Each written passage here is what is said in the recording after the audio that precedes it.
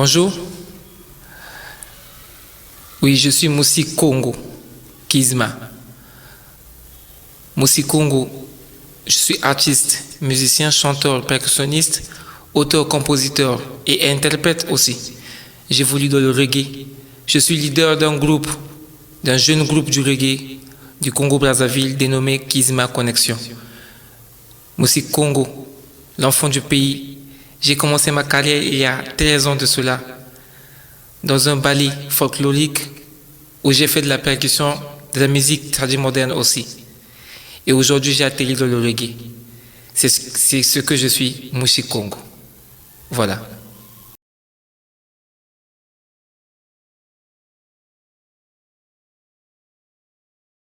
Eh bien, j'ai choisi le nom de Moussi Congo. En effet, c'est pour rester enraciné, rester en contact avec mes ancêtres, pour ne pas perdre mes origines. C'est ce que je déplore aujourd'hui pour l'Africain, en général, et le Congolais en particulier. D'ailleurs, que je suis Congolais. Il y a un complexe d'infériorité entre nous. Nous sommes aujourd'hui tentés par le complexe de vouloir abandonner ce qui nous appartient. Alors moi, j'ai voulu rester Moussi Congo. Je voulais rester moi-même. Ça veut dire celui qui vient du Congo, Ntotila, un descendant du royaume Congo. C'est pourquoi j'ai choisi ce nom de Moussi Congo. C'est pour rester en communion, rester en parfaite conformité avec mes ancêtres, mes aïeux, ceux qui nous ont quittés, ceux qui ont combattu pour l'Afrique, à l'instar de Machua Mabiala Manganga, Kimpa Vita aussi, Simon Kimbangu. C'est pourquoi j'ai choisi ce nom de Moussi Congo.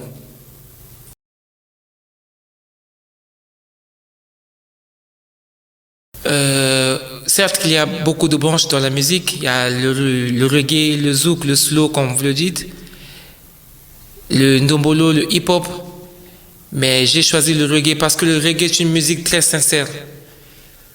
D'ailleurs, j'ai grandi dans les conflits sociopolitiques de mon pays, les différentes injustices que j'ai vécues dans ma jeunesse. Alors j'ai cherché un moyen par lequel il fallait que je combatte certains mœurs. Et j'ai choisi le reggae. Pour moi, c'est une musique de combattants, à l'instar de Bob Marley, Alpha Blondy aujourd'hui, et beaucoup d'autres encore, Peter Tosh, les vieux Burning Spear. Aujourd'hui, moi, Moussi Congo, j'ai emboîté le pas dans le reggae pour tenter d'apporter une pierre à l'édifice dans l'éducation nationale, dans l'éducation pour le réveil de l'Africain. Et le reggae, c'est une musique qui est très forte, qui est puissante en elle-même, par son fond et sa forme, quoi. Alors, je me suis lancé dans cette musique-là pour combattre aussi tous ces méfaits, pour apporter une pierre à l'édifice, comme je l'ai dit tantôt.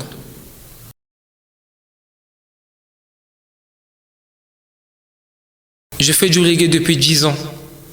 J'ai créé le groupe Kizma Connexion. Certes, comme tout artiste au début, j'ai eu quelques années d'obscurité où j'étais encore derrière les rideaux. Et c'est peut-être après 7 ans après que j'ai réapparu sur la scène, j'ai vraiment apparu sur la scène, sur le plan national qu'international aussi. Mais sinon, ça fait 10 ans que je suis sur scène avec le Kizma Connexion.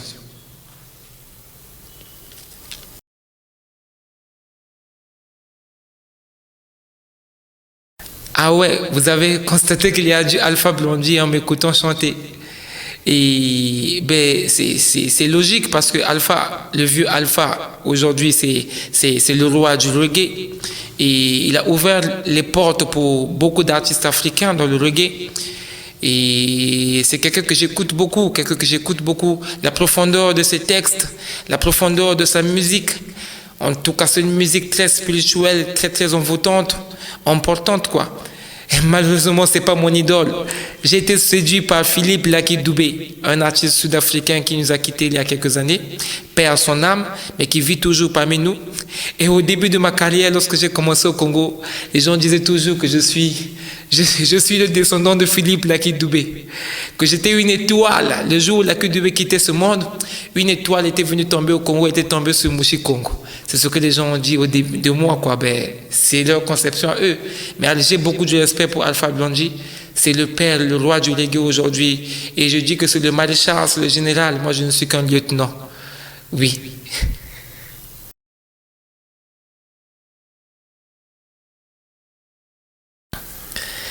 Il y a du mélange dans ma musique reggae.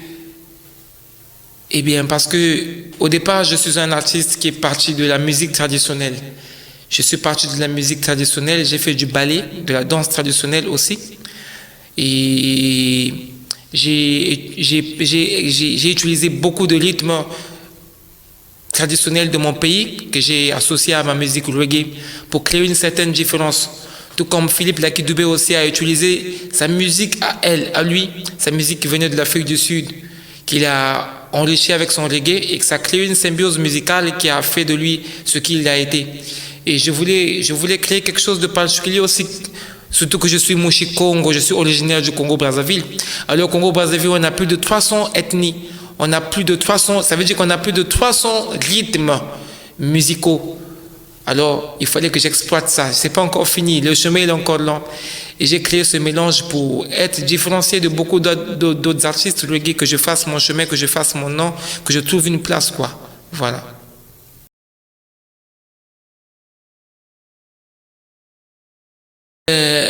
Beaucoup de gens jugent mal le reggae. Pas seulement le reggae, mais ils jugent mal ceux qui portent les dreadlocks, comme nous autres. Mais déjà, le fait de porter ces dreadlocks, c'est un combat que nous avions accepté. Nous sommes combattus au sein de nos familles, de la famille.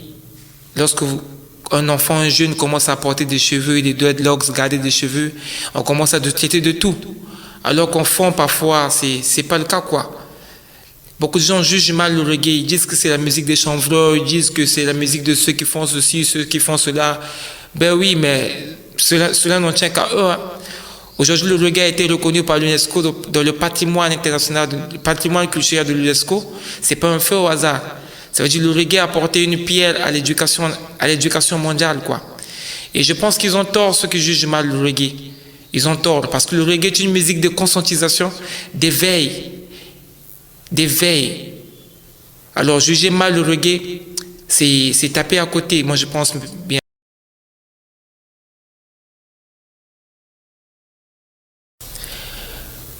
Oui, j'ai apporté une innovation dans la musique reggae parce que j'ai utilisé de nouvelles sonorités musicales. Oui, bien qu'il y ait de la batterie à la basse, la guitare qui ont toujours existé, mais j'ai utilisé aussi le clavier qui a toujours existé, mais avec d'autres sonorités que beaucoup d'autres artistes reggae n'avaient pas utilisées auparavant. Et j'ai fait intervenir aussi le tam-tam, pour ne pas dire le ngomantela, parce que c'est un des instruments phares de la culture traditionnelle congolaise. Alors je pense que c'est une innovation aussi qui doit être reconnue. De vision des décideurs politiques est la cause fondamentale de cette pandémie.